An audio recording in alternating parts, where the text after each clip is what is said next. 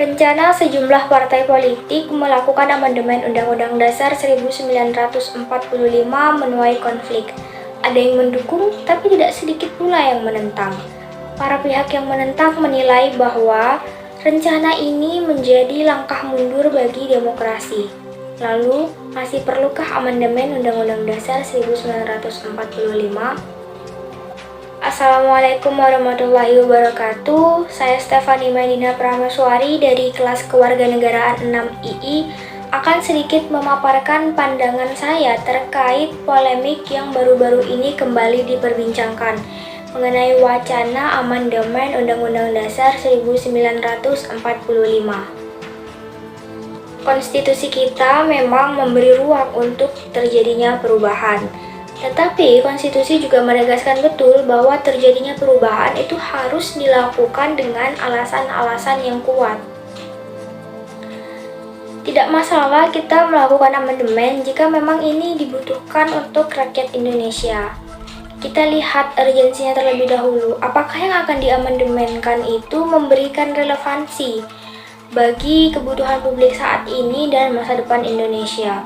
Jika yang sekarang saja itu sudah dirasa relatif baik, kan tinggal bagaimana meningkatkan teknis pelaksanaan dalam melayani rakyat. Dan sepertinya untuk saat ini kita belum melihat ada urgensi yang mendasar untuk dilakukannya sebuah perubahan.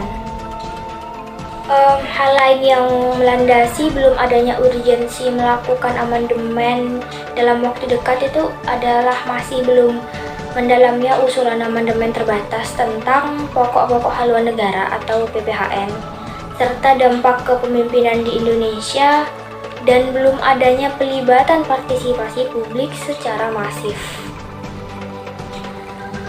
Undang-Undang Dasar 1945 itu kan menjadi hukum dasar bagi kehidupan berbangsa dan bernegara.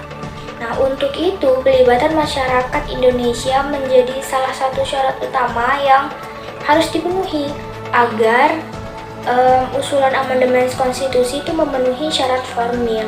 Karena memang amandemen itu seharusnya kan muncul dari keinginan dan kebutuhan rakyat, bukan kebutuhan sekelompok elit partai politik. Ini bukan berarti pihak yang menentang amandemen itu anti amandemen, tidak. Tapi perlu atau tidaknya amandemen dilakukan, itu kan parameternya harus ada dua.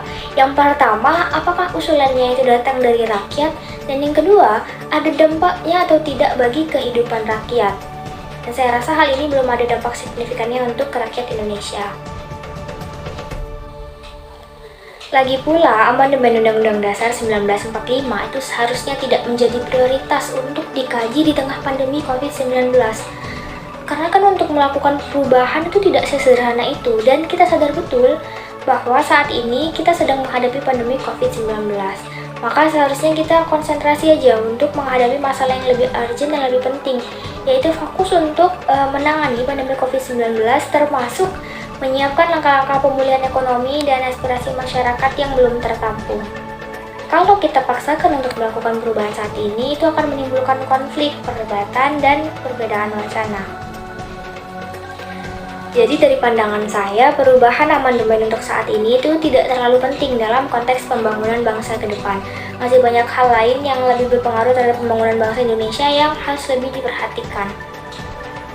Dan terakhir dari saya, setiap negara yang terlalu sering mengubah konstitusinya itu akan mengakibatkan negara tersebut tidak akan pernah stabil. Karena kalau fondasi dasar negara itu sering diubah, maka bangunan negara itu akan selalu bergeser. Mungkin cukup sekian pemaparan singkat dari saya, kurang lebihnya mohon dimaafkan. Wassalamualaikum warahmatullahi wabarakatuh.